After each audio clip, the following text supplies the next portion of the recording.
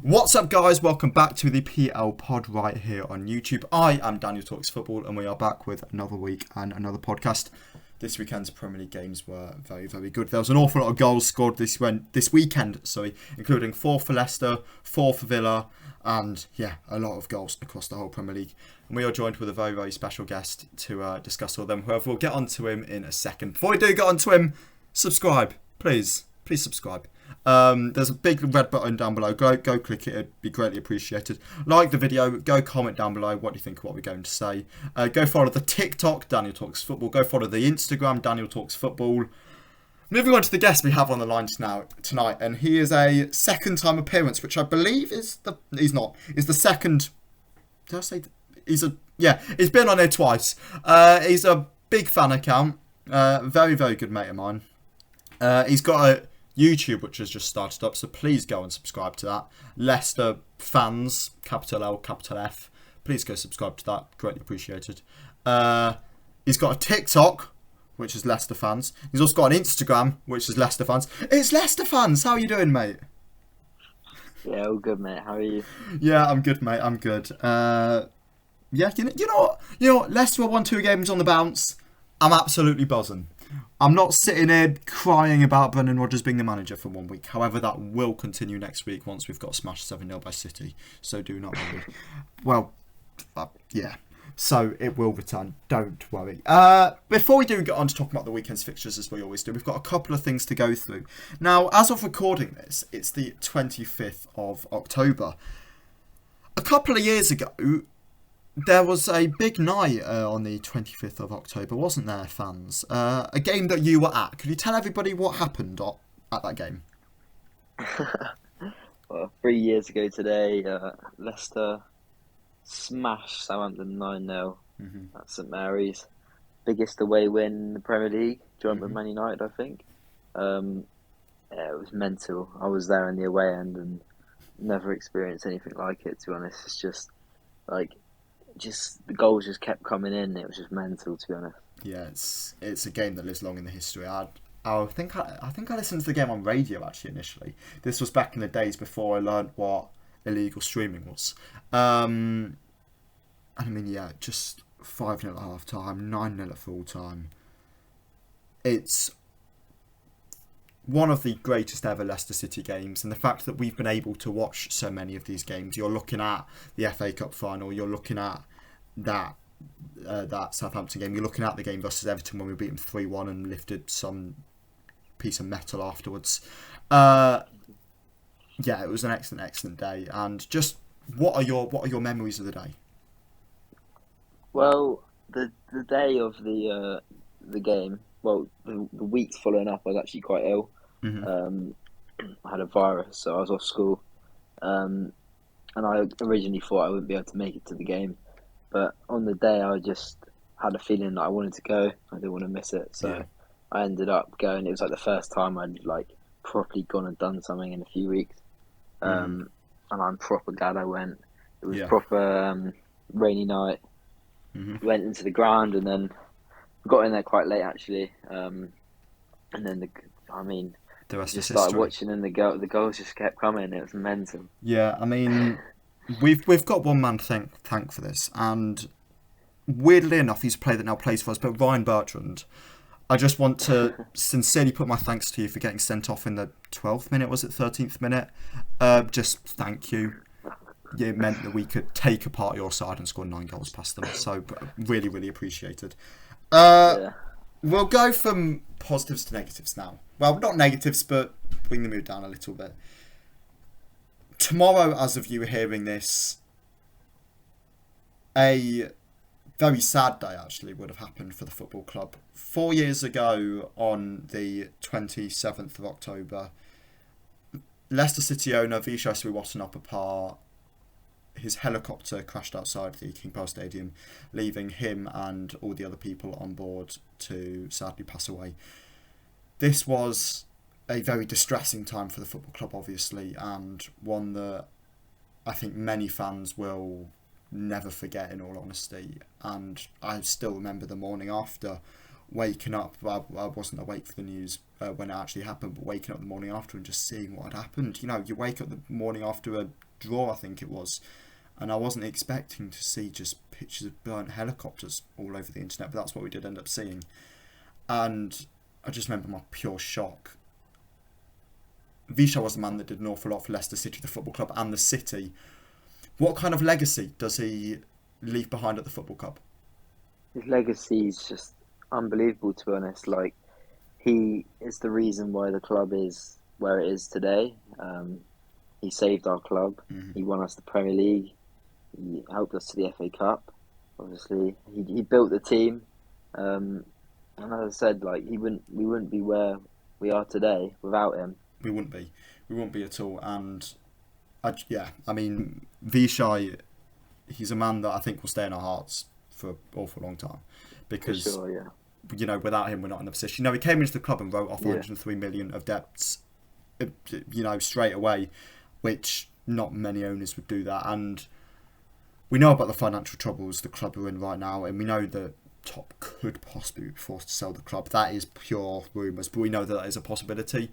If the Sweetwater and Applepars do move on to the club, just thank you from all the fans. You know, you've taken us from a side that were mid-table in the Championship to Premier League winners, FA Cup winners, and a side that played in Europe. So, from me, from fans, and from every single Leicester City fan, thank you. And Vichai, rest in peace, mate. You're one of the good owners, unlike others, let's say. Right, moving on, 100%. because I don't want to sit here and be depressing the whole show, even though obviously it's a very important thing that we need to say. I don't know if have I mentioned that. When was the Mwepu news? Was that this week? That was last, I think it's 2 weeks ago. Was it? Alright. If we haven't mentioned it, Mwepu, get well soon, mate. Alright, Forest versus Liverpool. 1-0 win for Forest in this one. A Tyrell Awoniyi goal, a game that I watched, and a game that I was heavily disappointed not to see Liverpool win by 7-0. Is it time for Klopp to move on? I don't think so yet, to be honest. Mm-hmm. I think he's still got more to offer. Liverpool aren't having the best of seasons this season, but you know, they've gone through rough patches before under his management, and they turned it around, and I think they'll do the same, to be honest. I don't really see a reason why he'd move on this soon. I still feel like he's got more to offer, and I still think it'll be a good few seasons before he moves on. Okay, fair enough. I mean, just humour me here. If he were to move on, I know that's a massive question. Steven Gerrard obviously hasn't worked out as many Liverpool fans hoped he would to come in and replace Klopp. If Klopp were to move on, who do you think Liverpool could get? I honestly have no idea. It's a tough one. Maybe a year or two ago, you would have said Steven Gerrard's the perfect man, but he's not really. It's not worked out. Shown that he's an amazing manager, to be honest. No. I don't think he'd be good enough. So I think it's too early to tell, to be honest, who'd be the right man to come in. Fair enough. All right, we'll move on to the other side in this game, the Forest. Ugh, I want to wash my mouth out now I've said it. Do you think they'll stay up this year? I don't think so. I think they're the worst team in the league. Okay. However, they have got a lot of good players. Obviously, they had the freakish window, just signing like everyone. About 20 players, pretty much. 23, 24, I think, 20, in total. Yeah. And, I mean, that's just crazy. But you can't sign that many players and expect them all just to gel and act as a team. I think what they should have done is they should have kind of kept the base of their team from last season, the team that got them up, and then bring in a couple new faces to strengthen the team, not buy a whole new squad as they've done. Because I think that's the reason that they'll go down, to be honest. Yeah, they did beat Liverpool 1-0, but I just don't think they'll be strong enough. Okay, I'm going to play devil's advocate with you here. I don't think they should have signed that many players, but I know why they did. I'm mates with an awful lot of Forest fans. I go to college in Nottingham, and so I'm hearing about them consistently and all the time. They lost a lot of players this summer. If you look at the side they would have had they not signed anybody, God, it would have been awful. And Yeah. you would have had Jack Colback starting in the Premier League. You would have had Cafu, not that Cafu. You would have had Cafu as a backup centre mid. You would have had Sam Surridge as probably one of your main strikers. It was a lose-lose situation for me with Forest because they lost so many players. They lost all their loans. Not a single one of those loans came back to the club, and they just didn't. They couldn't win because either they didn't sign anybody and they went back down, or they fought to try and stay up and didn't. I think they did go overboard at the end. I think, signing both Gibbs-White and Lingard and O'Brien and Mangala, and I'm sure there were more midfielders as well that I'm forgetting.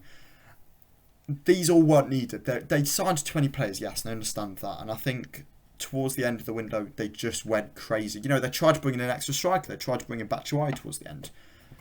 They did go crazy towards the end. However, they needed to bring in 12, I think. I think 12. I know 12 is a lot, but 12 would have been a good number to try and step. 12 quality additions. None of this, let's bring in 3 left backs because one of them got injured because we didn't do the medical properly. No. Do your flipping medicals properly and then you only need to bring in 2. I think they did go overboard in the end. However, a lot of that was needed. So, it's a lose-lose for me with Forest. Yes. Do I think they'll stay up? No. And I think it'll be interesting to see what happens with them this summer because they've got a lot of players that don't want to play in the Championship. Lingard will obviously go. If they do end up going down, I think they'll be screwed, to be honest. The amount of players they brought, Renan Lodi's not going to stay. He's only on loan stay, anyway. Obviously. He's only on loan. Oh yeah, but they'll lose pretty much all their players. They'll be in a heavy debt. I mean, I still think with some of them they'll be alright. I think some of them will stay. I think somebody like a Gibbs-White would be happy to go back down to the Championship and go again with Forest, at least for a season, especially with probably the money he's on. Somebody like, I think Awani would probably move on, but Dennis might be happy to stay, maybe, unless he could get a move to another, maybe go back to Watford, you never know. Some of them will be happy to stay, I think. Mangala would probably get a move because he looks excellent, but O'Brien, he'd stay. He came from Huddersfield. He'd be happy to stay in the Championship for a year with Forest. Some of them will stay, and that's why I liked some of their additions in the summer, because I thought O'Brien to follow, Richards, Niakate, Gibbs-White was an overspend, yes. But some of them I look at and I go, if you go down here, you're right. Hennessy would be a great Championship goalkeeper who's their current number 2. I think, yes, they would need to sell off a lot, but they can make money by doing that, and I do think financially they'd be okay. It would then be about if they could bounce back up and financially, not financially recover, but if they could recover as a group from what they would have had to go through this season to then come back up and do Norwich and just bounce back up and down the leagues for a few years, which I'm completely fine with because it means that we can probably keep beating them, which at the end of the day is the only thing that matters because beating them 4-0 was my second greatest ever experience in the KP. I'm confident of saying. And it can't be first because I've watched Andrea Bocelli sing and some other things. Alright, Chelsea versus United. 2 new managers in this game. Obviously, Ten Hag appointed in the summer and Potter appointed in September. How do you think both the managers are settling in? I like these 2 managers, to be honest. Ten Hag, I think he's doing a decent job. United, okay, they've had a few not amazing results this season, but since he's come in, he's beaten Liverpool, Tottenham, Arsenal, some good teams there, and they seem like a decent squad, decent team. I think he's doing a good job. And Potter, he's done a decent job too. I think he's still got more to offer, but he did an amazing job at Brighton, and I think give him a bit more time at Chelsea, and he'll have them where they want to be as a club.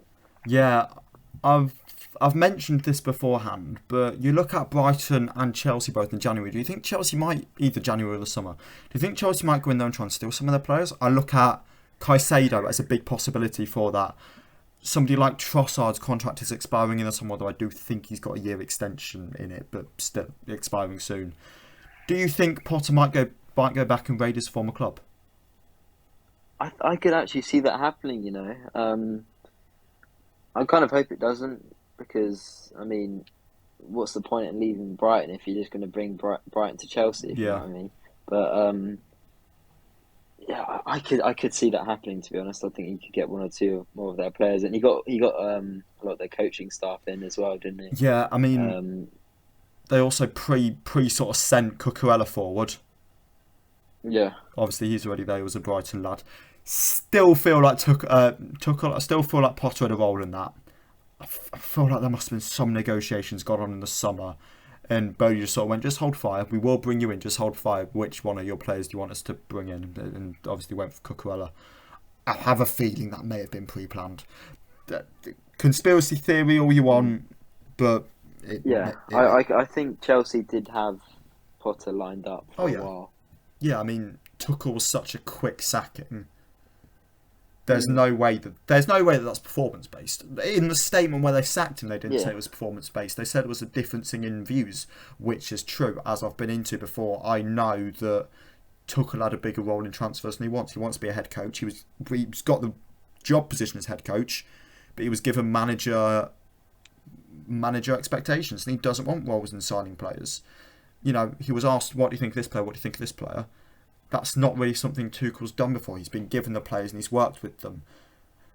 While I think Tuchel would always obviously be asked, what do you think of him? He wouldn't have to go to Bowley with those kind of options, which he was told to do this summer. And there were obviously decisions in that boardroom that Tuchel wasn't happy with, specifically around Ronaldo when Tuchel did not want him and Bowley kept pushing for it.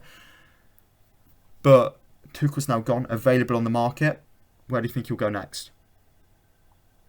I don't know to be honest. A couple months ago I wanted him at Leicester, but that's unrealistic. Yep. Um, I'm not really sure to be honest. I can't see him coming back to the Premier League in all honesty, though. Can't you?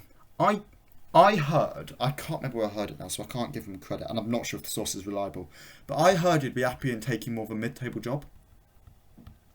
Yeah, I heard that as well, but I think that's just trying to, you know, create drama. Like, oh, could he come to Leicester? Could he come to Villa or something? I mean, But it yeah, depends. It depends how much you want to stay in England. If he doesn't, you've got the Juve job. That will become available some point soon. I know they might not have the money to sack Allegri, but if things get that bad, Allegri will just leave. So the Juve job will become available at some point. I could see him being in the running for that, but then as well I could also see Poch being in the running for that. I think one of these two managers will have to.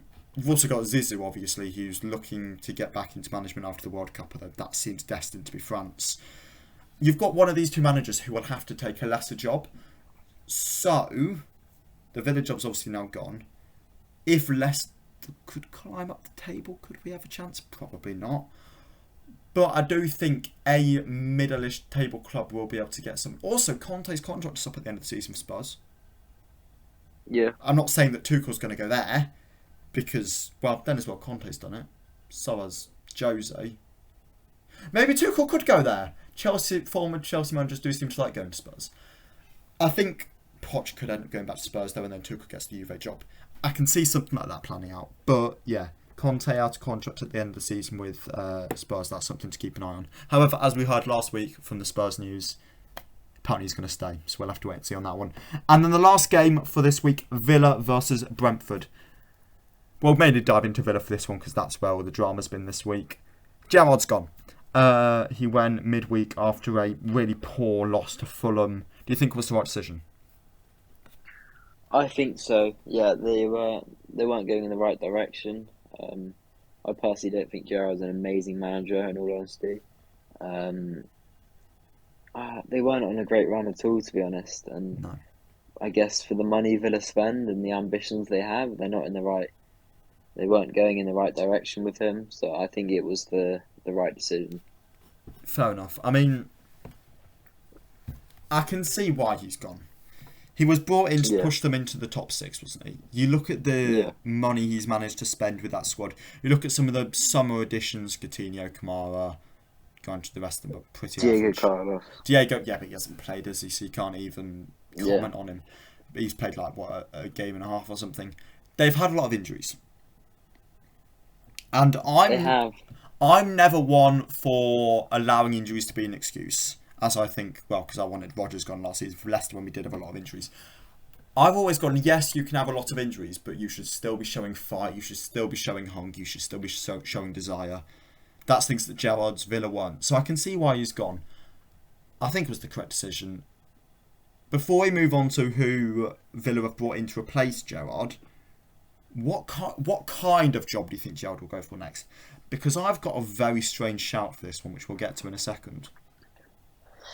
Yeah, that's a very hard question, to be honest. Like, it's really hard to tell. I was thinking about this the other day, and I was thinking, well, if he was doing a good job, you could see him going to Liverpool in a few years' time, but Yeah. I can't see that happening anymore.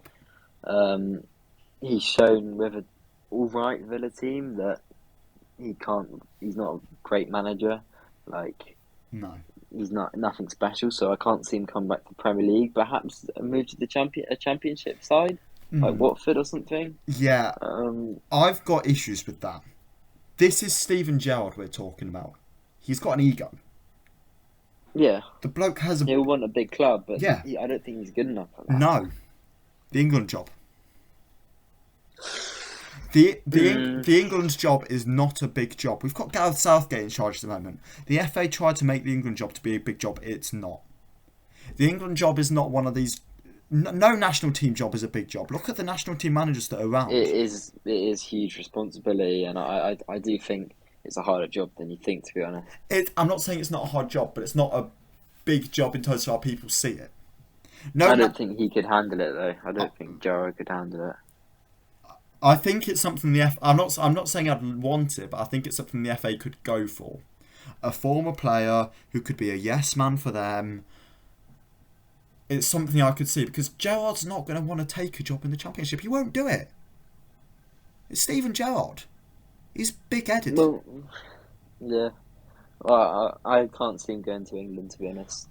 I just have a feeling that we're not going to get... First of all, they need to be English. I think we're going to talk about England later on in the pod. But they do need to be English, this manager. And I just look at Gerrard and I just go, I don't particularly want you.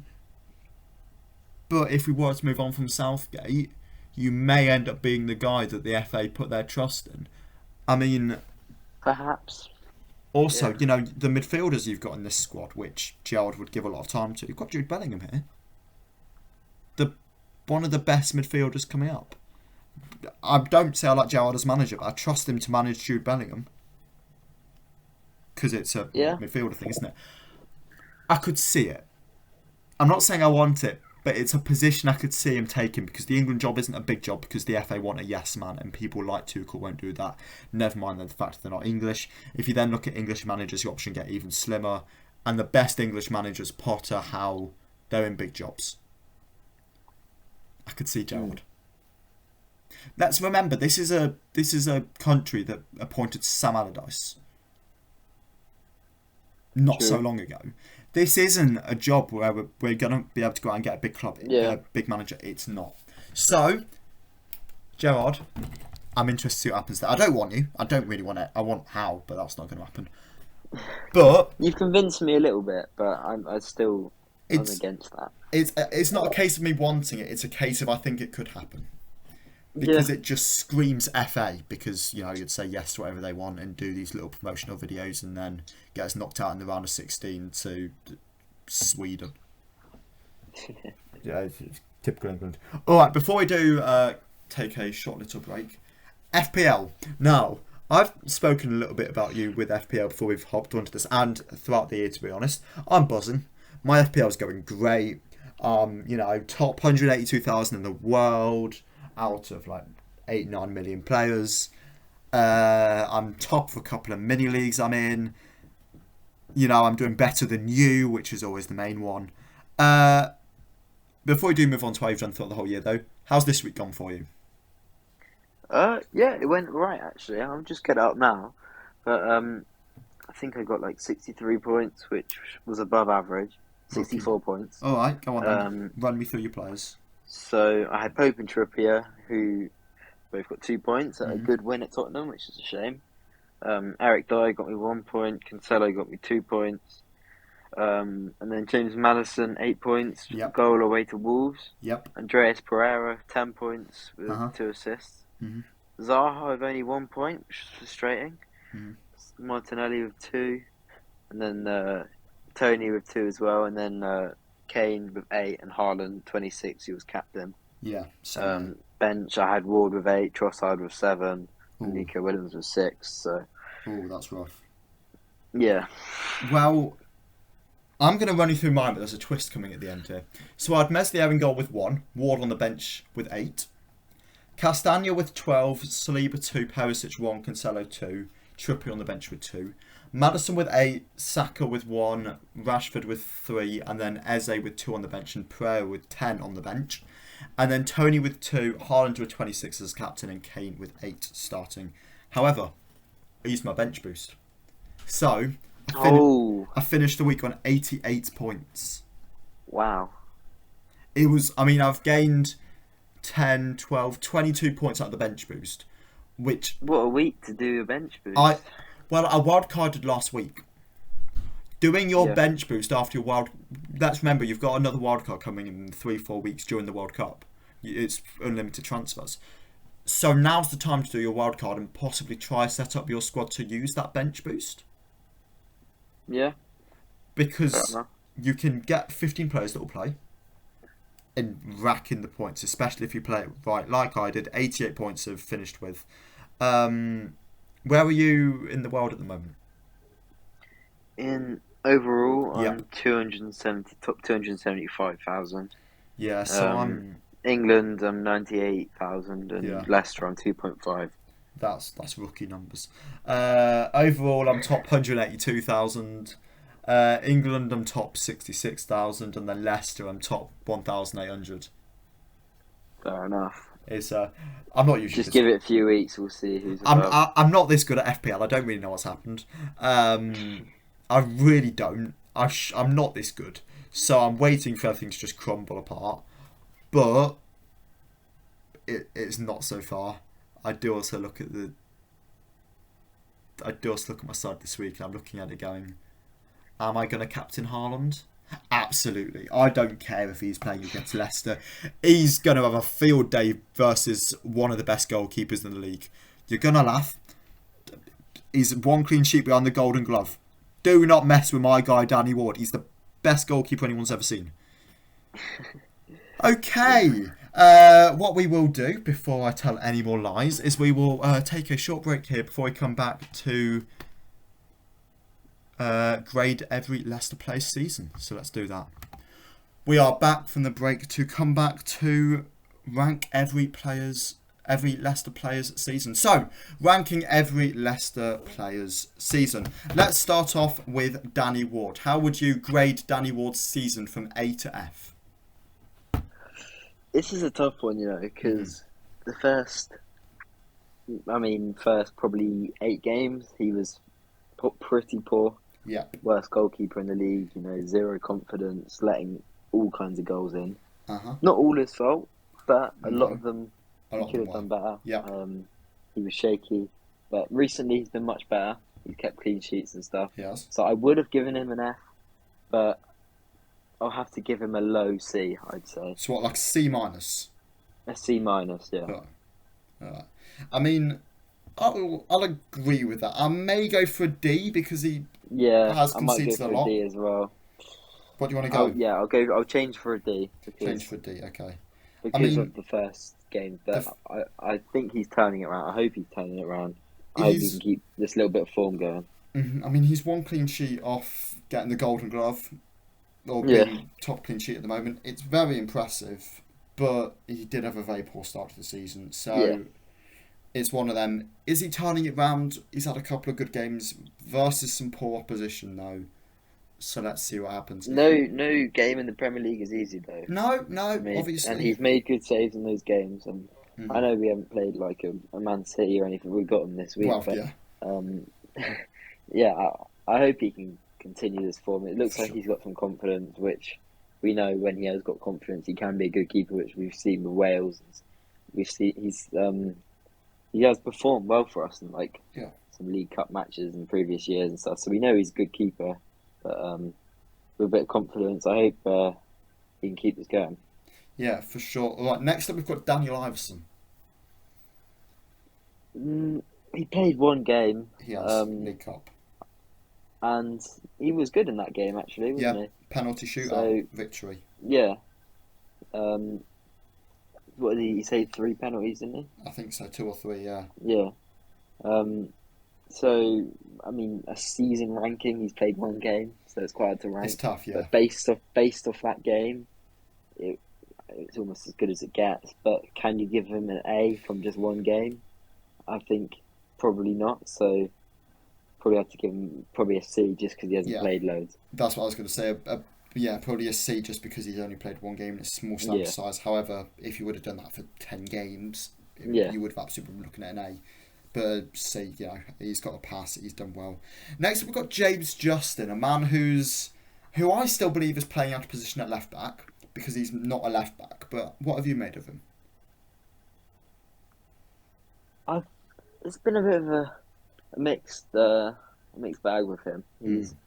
He's for a greater part of the season he's played quite poor. With a few good games. Yeah. I think nearer the start of the season I was thinking he's going to get back to his best, and then he went on a pretty poor run. Yeah. And pretty inconsistent.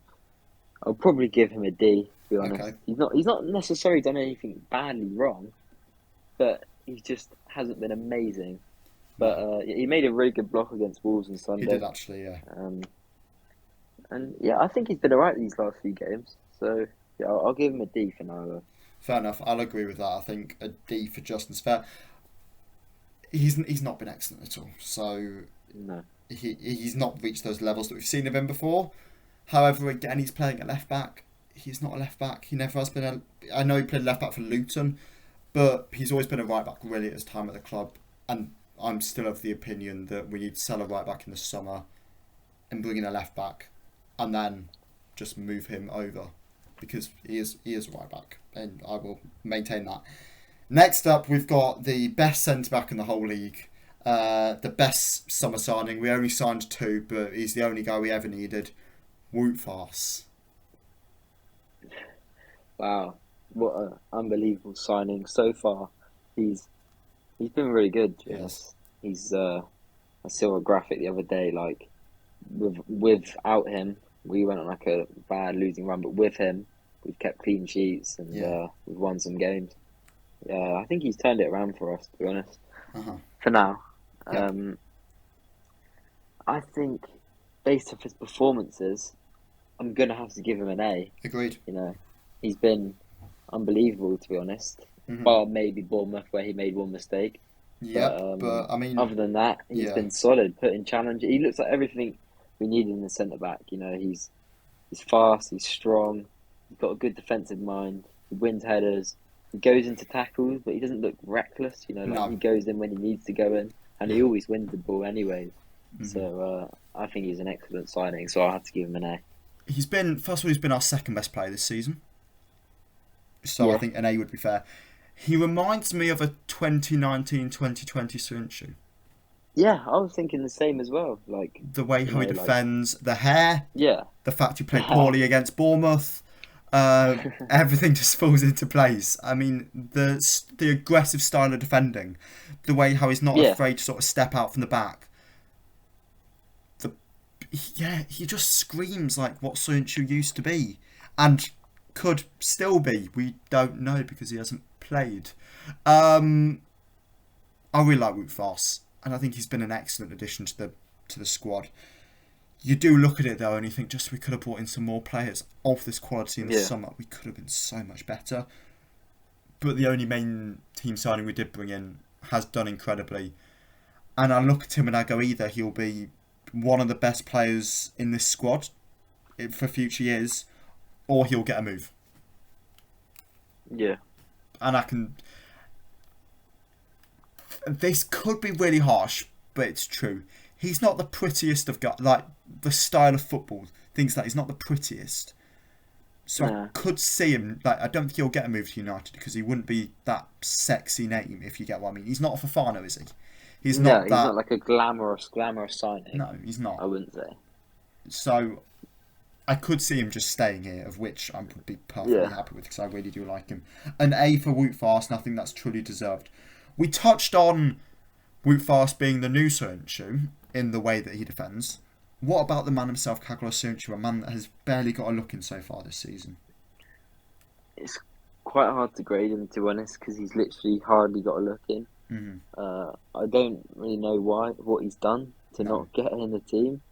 No, he's just a few seasons ago he was in the Premier League team this season. He deserves to at least get a chance. Like, something behind the scenes must have happened because he hasn't been that bad. Yeah. Like, he deserves a chance, I think. But this season, I mean, has he even played? He played in the Carabao Cup game. Yep, that's the only game from what I believe. That's it. Yeah. So I'll probably just have to give him an E, just because of the fact he hasn't really played. I mean, which isn't his fault. No, it's not fault at all. But I look at Cags, and I think everybody knows that before the players went away on summer holidays, Rodgers went to certain players, "You're not needed at the club. Look for a new club." Because he was expecting to bring in new players. Every manager does that. He was expecting to bring new players, and then he couldn't, so he had to keep these players around. I think that happened with Soyuncu. And I then don't think that Soyuncu has reacted well to Rodgers wanting to keep him. I think Soyuncu's gone, no, because you've told me I'm not going to play, I want to go. Which is understandable, because he hasn't played. But Rodgers has gone, no, we need to keep you for squad depth. Then has come out and bashed Soyuncu in the media for not training well because Rodgers doesn't want him at the club. It's all a bit of a mess. I really like Soyuncu. I like him as a guy. I like him as a defender. And I don't think he's that bad that everyone's saying, to the point where when we were conceding 11 goals in 2 games, he couldn't get a look in. But he hasn't played. So I've got to agree with you on the E. Johnny Evans. I think this season he's been really poor. Agreed. He I don't know, like, what? Is it the captaincy? A few seasons ago, perhaps, like, all I can think he offers really is the leadership and the organisation. But when he has played, there's not been any organisation. It's been a shambles at the back. Wout Faes organises a lot more than him. He shouts a lot more than him. I think he's been poor this season, and hence why we're playing better without him. And I hope he doesn't get back in the team on Saturday. I think he slows it down. He's quite slow as a defender.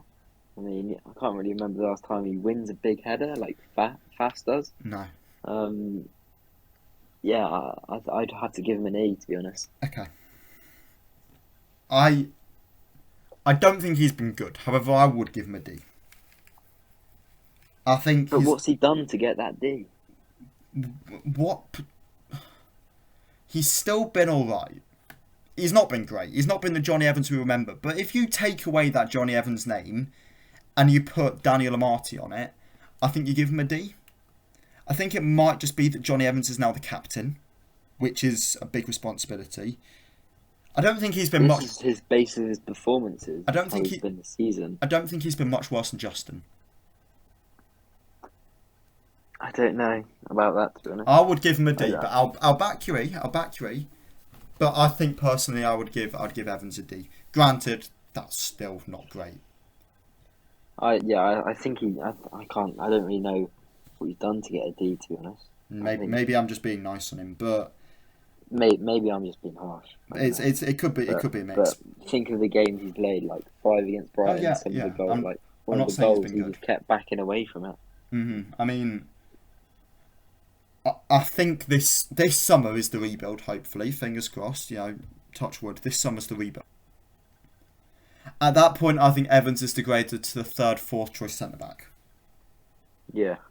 Like, I genuinely think at that point it's Johnny Evans. It's time for you to become a rotation option. At which point, I don't get why he was given the captaincy, but different matter. Dan Amati. I'm not sure, really. I think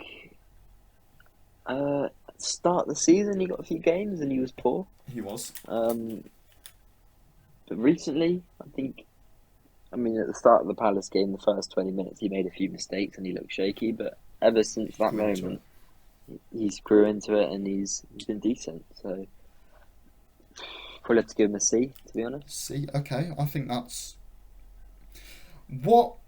Just play devil's advocate with you here. What has Amartey done to get a C that Ward hasn't done to get the? Ward's got a D, Amartey's got a C. What's been the difference so far? All right, so Ward had that awful run of games, like 8 games, conceding every game. Same with Amartey. Amartey didn't play in all of those games. No, but he played in quite a few. Amartey didn't play against Brighton when we got 5 put past us, or Tottenham when we got 6 put past us. So, and he hasn't made as many mistakes as Ward. Fair enough. In these last few games, Ward's probably been better, but I mean, Amartey hasn't had that rotten run that Ward had. Fair enough. All right, I see it. Next up, do you want me to just put Yannick Vestergaard down as an F now? Yeah. All right. Timothy Castagne. This one's I think he's actually really been underrated this season. Okay. He's not. I don't think he's really put a foot wrong, to be honest. He's got a few assists. He's been solid in defence. You know, I think he's been one of our better players. Not to say he's been amazing, but I'd say he's been one of our better players this season. He doesn't get much credit for it either. No. But yeah, I say I give him a B. A B, okay. I think that's fair. I think he's been very good going forward. Luke Thomas. Played little once again. Hasn't really done anything. He played against Brighton, and he was poor. Got ripped apart. Mm-hmm. There's not much to say about him, to be honest, this season. Probably an E. An E, I think that's fair. E or a D, yeah. He hasn't done anything right, has he? No. No, I think an E is perfectly fair. Moving into the midfield now, after an A to F performance in the defence, an A for Fast and an F for Vestergaard, what do you give Harvey Barnes, the equalising king?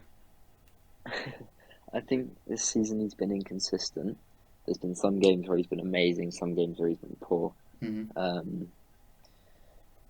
I think based off his good games, he's won us those games. He showed quality. He's picked up decent contributions this season as well. Yep. He's been inconsistent, as I said, but I'll have to give him a B, to be honest. Okay. Fair enough. What about Yuri Tielemans? Once again, a little bit inconsistent. However, he has put in some good performances recently. Wolves, granted, that amazing goal, man of the match performance. A few other games as well, he's been quality. I think, bearing in mind his contract situation and what's happened in the summer and stuff, I'm pleased with how he's doing. He still cares, which is a good thing.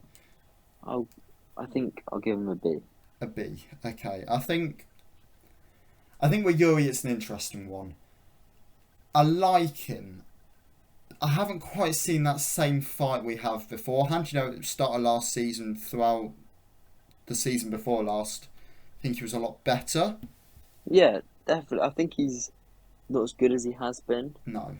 But I think, bearing in mind what's gone on with his contract, like he thought he was gone in the summer. Oh, yeah. But he's been made to stay and he's put in some good performances. Some bad performances, but most of the players have anyways. Yeah. I mean, do you think he gets that Arsenal move? If not, where does he go? I don't think he gets the Arsenal move. They've got a lot of midfielders. Xhaka's outperformed him this season. He has. Can't see him walking into their team, in all honesty. That's the thing is, I can't really see him going to many of the top 6 clubs. Maybe Liverpool, perhaps. I can still see United on a 3. Maybe. I just think they'd be stupid enough to do it, even though they don't need him. Yeah. Newcastle have the funds. I know it'd be for free in the summer, but maybe they could move in January. I could see Um, that. if they wanted him, they could probably get him. I think Newcastle, I think, is an option. I think United could still be an option. Spurs, I think there's something interesting there. Do I think they need him? No. But They could go for him. they could go for him. Arsenal could still be stupid enough to do it anyway, because I could still see them possibly wanting something more in that midfield. Because But Lokonga maybe. say we finish the season mid-table Mhm. and Arsenal finish fourth. Is he going to want to go there and be third or fourth choice, or is he going to want to be at Leicester for another season? I have a feeling he might want to Like, go. I just think yeah, it's Yuri Tielemans, and he's wanted this move. he's ambitious. He's wanted this move for 2 years. I think he would back himself to get in the side, and I still think he would go. Yeah, fair enough. I don't see him wanting to stay at the club unless Yeah, we're talking he's got options like Everton and West Ham, which I don't think he does, because I think worst comes to worst, Juve put a contract offer on the table and go, because we all know, mate, they signed Aaron Ramsey when he was dead at Arsenal. They'll sign anybody on a free. They signed Adrien Rabiot when he came from PSG. I think worst comes to worst, and I know I'm saying Juve below Newcastle, but I think at the moment they are looking at where they are on the table. I think Juve will just go out and get him. Right.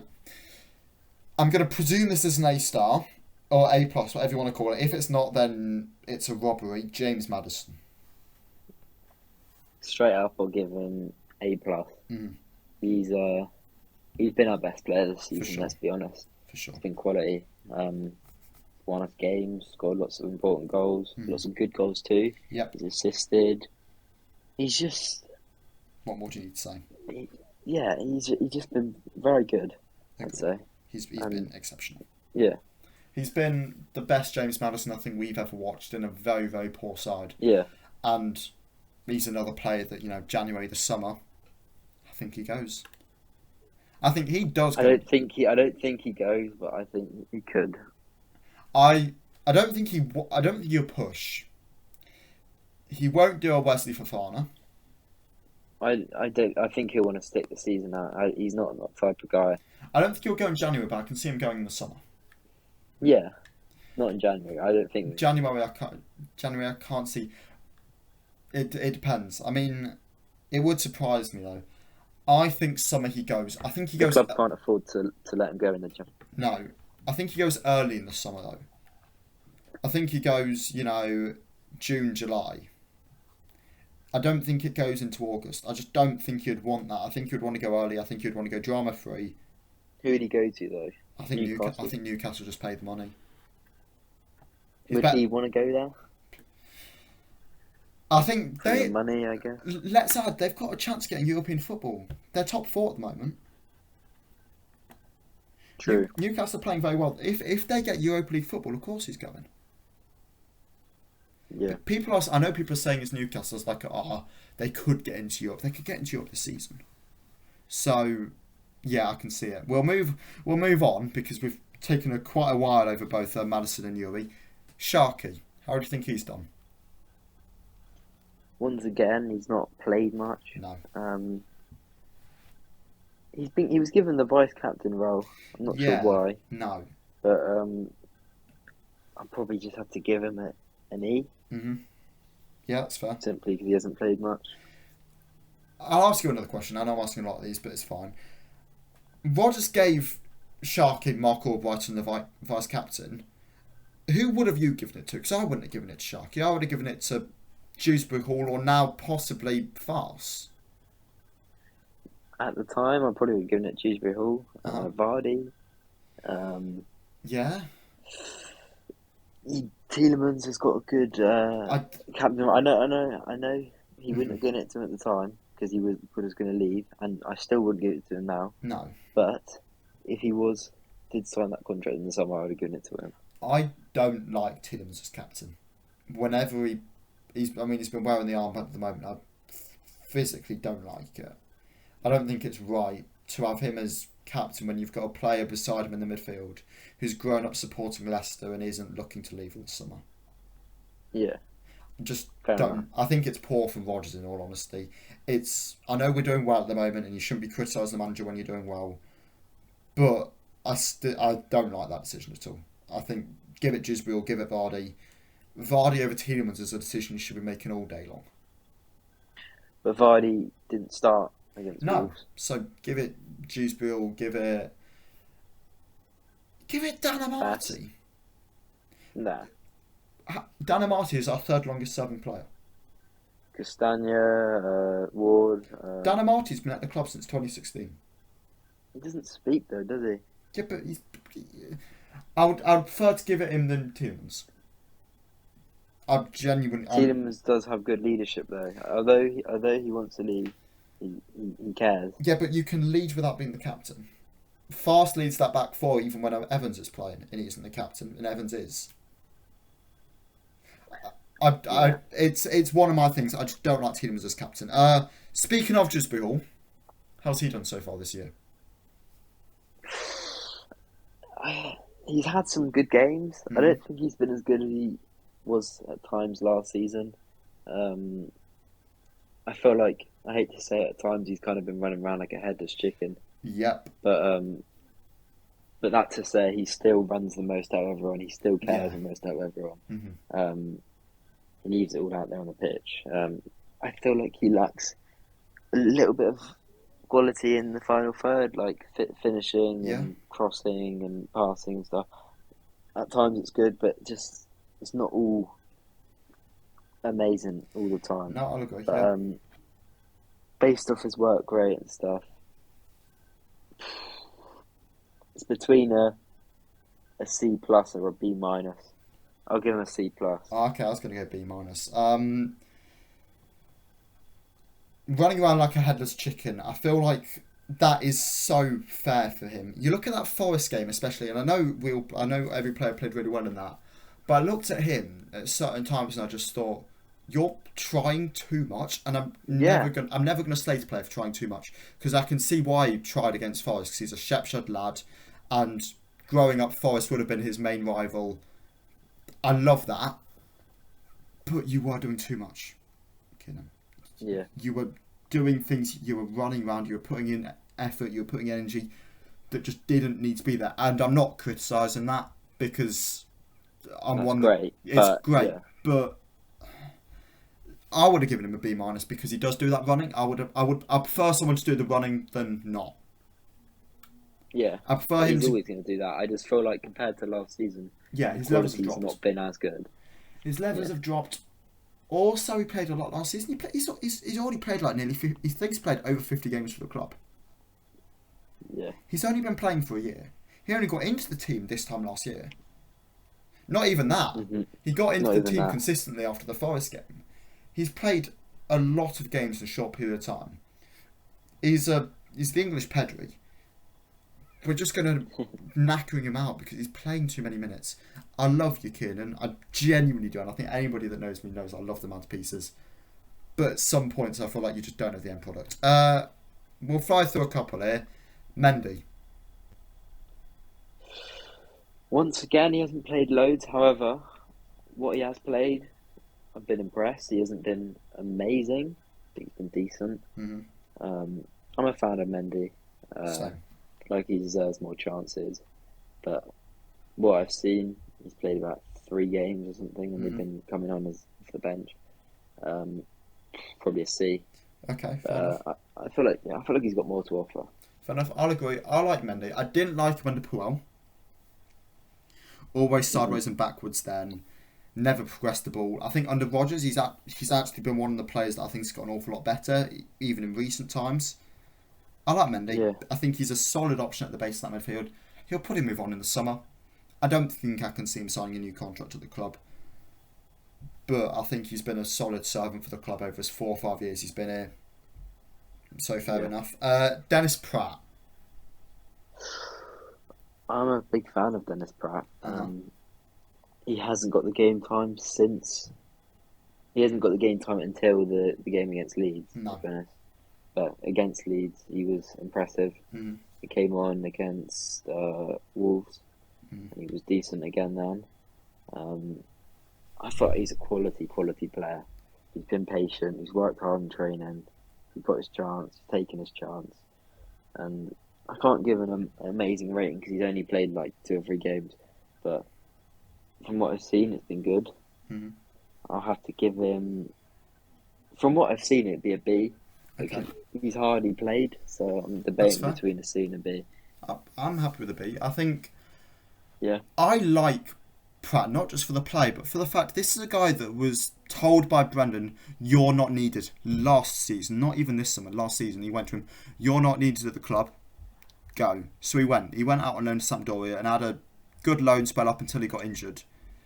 At that point, the club obviously were in their mess that they were in this summer, and it was a case of, all right, can you do a job for us? He could have easily sort of turned around and gone, nah, I want to get another loan spell.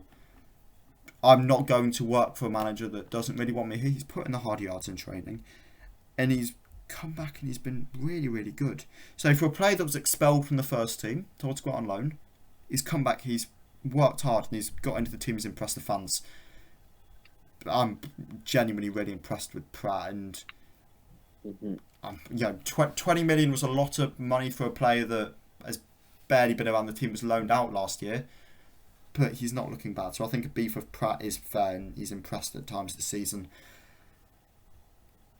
Here's a man that he's got high expectations, but they just haven't been met this season. Wilfred Ndidi, I'm expecting this to be low. yeah, you'll be right in thinking that. He's not been great this No. season. He's not been great at all. He's he just looks like he's lost a few yards of pace since a few years ago. Mm-hmm. Doesn't seem like the same player. No. He's just giving away silly fouls and giving away penalties and stuff. Like he's been poor this season. Sumari's been much better in my opinion. I hate to do it, but I'll have to give him an E. I think that's fair. I think Yeah. that's completely fair. I don't think he's been good. He's not the Wilfred Ndidi of old. I don't know what's happened, but anybody saying that he should come back into the side for the weekend's game versus City, you're stupid. Yeah. Booba's been playing incredibly. This is a player that hasn't performed all season. Why would you bring him back in now when Booba's done really well and has kept 3 clean sheets in the last 3 games? I don't know what's happened, Wilf. You were a player that were being tipped for United, for City, and now I just don't even know. I don't know what your next move is, but it's not to a United or City at the moment. It's to Sampdoria. Funny enough, that's where Pratt went. Alright, speaking of Booba, how's he done? I've been a fan of him this season. Mm-hmm. Last season he was brought in and he didn't really impress us, but he did show signs Mm-hmm. that he was going to be good. Yep. In the summer, he was linked away with a move. We all thought he was going to go. In the end, he Yes. stayed, and I'm really glad he stayed. I'm a big fan of him, Mm-hmm. and I think he's done well this season. He stepped in for Ndidi. He's been much better than Ndidi. Mm-hmm. He's putting good tackles. He looked good on the ball. Mm-hmm. He always loves a good old dribble forward. Yep. He's made some good passes. I think he's been good. I'll give him a B. B, I think that's fair. I look at Booba, and his player again, a bit like Pratt, wanted to leave in the summer. The club were happy to let him go, didn't get the move, and he's come back and he's done really, really well. So, fair play to Boubacar Ismaili. Now into the attackers, and we've got 4 attackers here. Let's start with the man that broke a record at the weekend, the first man to hit 100 goals after turning 30, Jamie Vardy. I think he's not been his same level this season. That said, he's put in some good performances. The goal scoring hasn't been there. Mm-hmm. That's why he's only got his first goal on the weekend. Yep. But he's got a few assists. Mm-hmm. He's put in some good performances. But one game that stands out was the game against Chelsea away. He missed about 3 good chances. Yeah. And that's just not like him. And he's been out the team quite a bit with Daka being played instead of him. Mm-hmm. And he's not really been his usual self. But hopefully with him scoring on the weekend, he can pick up the form now. I don't think he's finished. No. Yeah, he's not been amazing this season. I'll have to give him probably a C minus Okay. D. I think C minus is fair. I was gonna C minus. yeah, C minus is fair. Yeah, he's not been the Vardy of old. However, he scored that goal now. We've seen before with him when he's on an edge of a record. You know, you look at when he was trying to get into the 100 club, I seem to remember he couldn't hit anything. So now I feel like he's got that goal. He might progress on. He's not going to get 20 goals this season. But if he can just pick up 10, I think it gives Daka then a chance to try and get 12 to 14, at which point then he can come on and become the new main striker. Kelechi Iheanacho, what have you made of him? He's not really had much game time, to be honest. He's third choice striker. I'm a fan of Iheanacho, but he's not offered much this season. He scored against Brighton, put in a decent performance against them. But, yeah, he's not offered much this season, partly because he hasn't been in the team. But for that reason, I'll have to give him a D. D, alright, fair enough. Fair enough, I think that's completely fair. He just hasn't got enough game time. Jose Perez. Similar with him. He isn't. He's offered less than Iheanacho because he didn't get that goal. But he hasn't played much. He's been in Maddison's shadow. I don't really know if he has a place in the team anymore. But yeah, he hasn't really offered much this season. I have to give him an E as well. An E, alright, fair enough. And then last but not least, Patson Daka. I've been impressed with him this season. Same. He's not been world class, but he stepped it up from last season, I'd say. He's scoring goals. He's got better on the ball. He's looking good. The goal against Forest was just beautiful. It was lovely, yeah. The flick. It was great. Yeah, I think he's been good this season. I'd say give him a B. B, alright, fair enough. I think that's fair. That comes to the end of a very, very long segment. What we'll do is we'll take a short break here before we come back to do the England squad. We are back from the break to come back and talk about the England squad. This is going to be a very long podcast, this, so if you're still listening, just thank you. I don't know how I've survived this long. Alright, goalkeepers. Who are the 3 goalkeepers you have decided to take to the World Cup? I've gone for Aaron Ramsdale, Nick Pope, and Jordan Pickford. Same here, yeah. I mean, I think they all speak for themselves, to be honest. Which one of those 3 would you pick to be your starter? I think Jordan Pickford's got to start. Agreed. For what he's done for England. Like, granted, he's not always amazing for Everton. I'm not saying he's been bad for him, but he's not the same level as he is for England. But for England, but he's really good for England.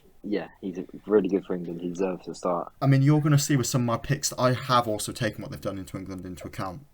See, it's got to be an element of form as well. You'll see that when we get to the centre backs.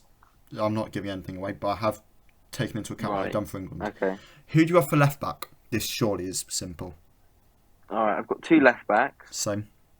I've got Ben Chilwell and Luke Shaw. Yeah, I think. Well, neither of them are performing excellently at the moment, but they're the only 2 we've got.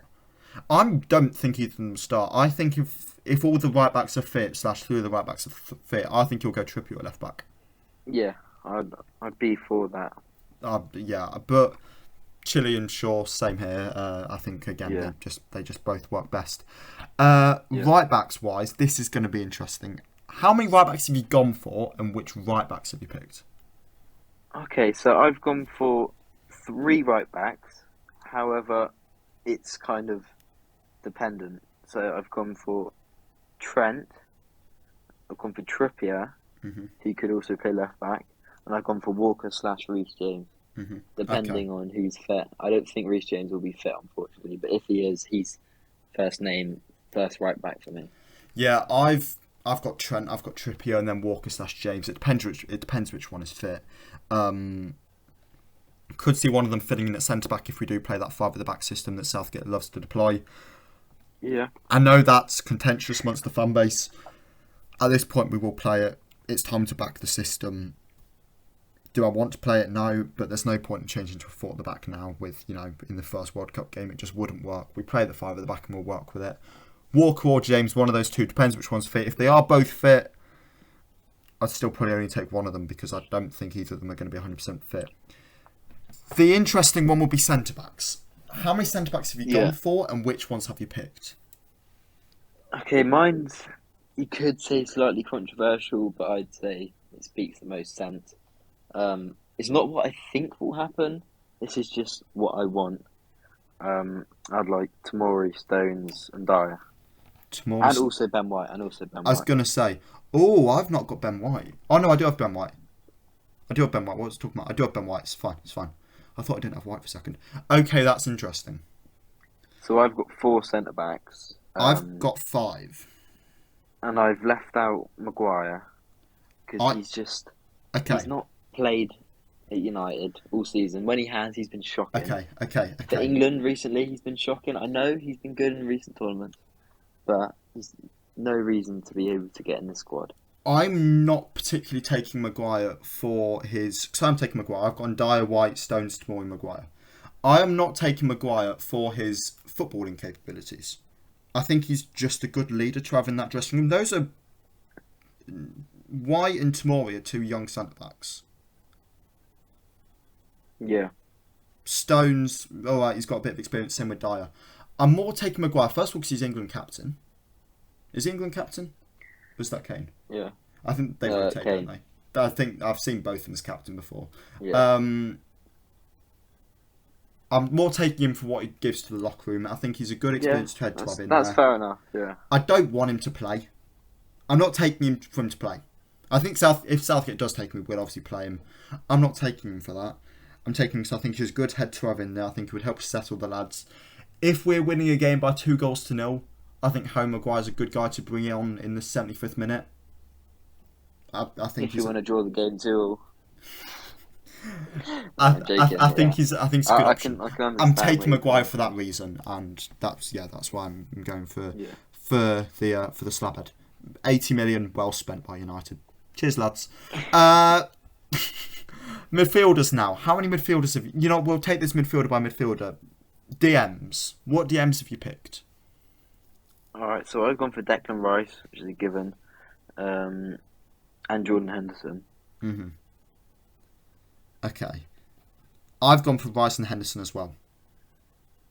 Yeah. I think they're just the best options in general. I like Rice. I think he starts Rice. I think he starts, and the Henderson's the experienced option there. Yeah. He beats it. He beats it for Phillips for me. First of all, because he's playing. Second of all, he's more fit. Third of all, he's more experienced. Yeah. I don't know why you'd take Phillips over Henderson. Yeah. I don't get it. If he takes Phillips, I'll be disappointed. It wouldn't surprise me, but I don't get it at all. Who do you have for centre mids? All right, so I've gone for Bellingham, Ward-Prowse, and also Mason Mount. Okay, I've got Mount down as cam, so I've got Bellingham and Ward-Prowse. Again, self-explanatory, really. Why have you gone for Ward-Prowse over the other options that were available? So I'm looking at possibly Loftus-Cheek. I'm looking at Gallagher. He offers more than them, especially with the set pieces. He's been in the England setup before, quite a bit actually, and he's just got more quality than the other options. I agree. He deserves it. I agree for sure. I've gone for Ward-Prowse. Who have you gone attacking mid? I have a feeling we might agree here on one of them, but who have you gone for? James Maddison. Yeah, I've got Mount and Maddison. State your case. Why does James Maddison have to go to the World Cup for you? Gareth Southgate, listen up. To be honest, I think if Southgate doesn't take him, it will be absolutely shocking. Maddison's been, for the last 18 months, he's been unreal. Most goals and assists out of the other English attacking midfielders, even wingers. He deserves a place. He offers something that some of them don't. Even if it's just for him to come on for the last 10 minutes when we need a goal. He'll make stuff happen. Yeah. He's been outperforming the players around him who he's competing for an England spot with. And if Southgate picks it on form, Maddison's one of the first names in that squad. For sure. I think that's... Yeah. Can't argue with it. Southgate says he picks players based on form. If he picks them based on what they've done for England... here's my issue with him, though. He says he picks players based on form. He doesn't. If he came out and openly admitted, I pick players based on what they've done for the country, don't pick Maddison. You're at least explaining why you're not doing it. But if you're picking players based on form, you can't not pick Maddison. It 100%. Doesn't make sense at that point. So he has also been in the setup before. I know away fans love to chant, you'll never play for England. He has. Shut up. Just, yeah. He has to be there for me, and I fully agree with you. Yeah. Who do you have as your winger options? This is hard. This is probably one of the trickiest areas of the squad. Okay, so I've just noted down the names I'd choose. I'm not sure if I've missed many out, but first name Foden. He can also play central. Yep. I've gone Sterling. Same. I've gone Saka. Same. And then I've gone Grealish. Okay. Which, again, is controversial because of his form. However, for what he's done for England, I can't see Southgate not picking him. Okay. And he's one of our better attackers. I'm going to give you the three you've missed out. Rashford. All right, no, I haven't gone through them all yet. Oh, okay. Is there one more, is there? I've got Rashford, yeah. You've got Rashford. Okay, so no Sancho and no Bowen. I've got Sancho as well. You've got Sancho as well? Yeah, so I've got Foden, Sterling, Saka, Sancho, Rashford and Grealish. That's a lot of wingers. Well, Rashford I've got in there for also striker as well. Interesting. Okay, so I've got four. I've got Saka, Rashford, Foden and Sterling. I know that means leaving out Sancho. I know that means leaving out Grealish. But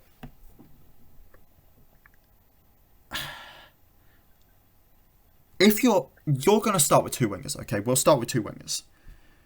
You've then got two wingers to bring off the bench. I'd prefer to have an extra striker in there who can make that difference. That's why I chose Rashford, though, because he's on decent form this season. He can play on the wing, and he can also play through the middle. Rashford will be a bench option. It'll be Saka and Foden or Saka and Sterling who'll start.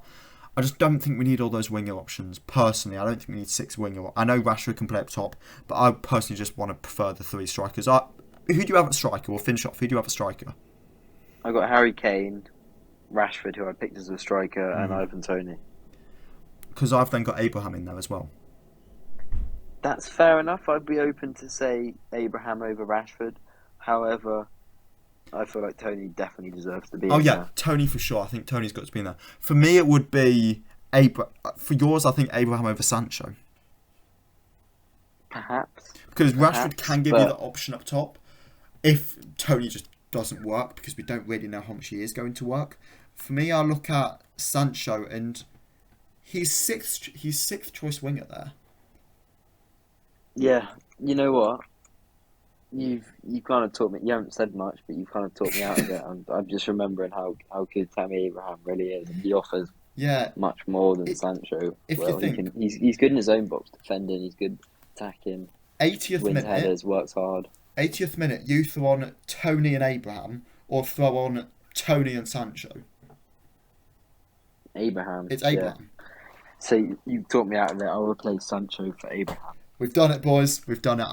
I just think it's the best decision. He offers you more, and there's nothing Sancho offers you that Rashford doesn't, that Sterling doesn't, that Saka doesn't. It's just pace, really. I know he's got some trickery, but so do all of those players as well. He's a good player. I think he's good enough to get in. It's just based off what there is to offer. Let's be honest, he probably won't be starting. No, and he doesn't offer anything. Then it will be coming on for the last 15, 20 minutes. Which then you think Abraham will he'll work for it, he'll win headers, he'll track back, he'll help defend corners. He just works more for me.